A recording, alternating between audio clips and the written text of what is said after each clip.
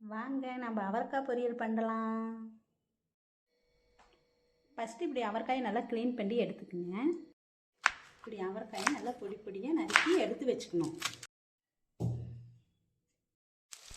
ஒரு பாத்திரத்தில் எண்ணெய் ஊற்றி எண்ணெய் காஞ்சது கடுகு, கடலைப்பருப்பு, உளுந்தம் பருப்பு, வெங்காயம், மிளகா, கருவேப்பிலை எல்லாம் போட்டு நல்லா வதக்கிக்கணும்.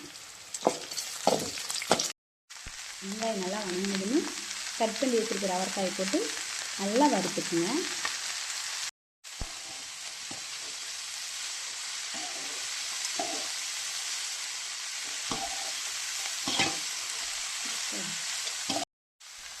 அதுக்கு தேவையான அளவுக்கு உப்பு நம்ம இப்போவே போட்டுக்கணும். அப்போ தான் நல்லா வதங்கி வரும்.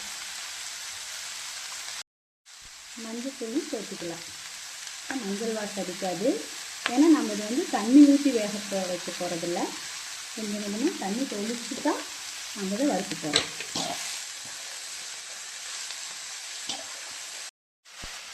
கொஞ்சமாக நம்ம சீரகத்தூள் ஊற்றி சேர்த்துக்கிறோம். நல்லா மணமாக இருக்கும்.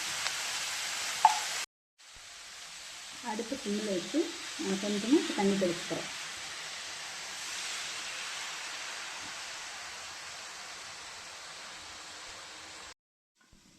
அப்பப்போ இதை ஓப்பன் பண்ணி நல்லா அடி பிடிக்காமல் இருக்கிறதுக்கு கிளறி விட்டுட்டு இருக்கணும்.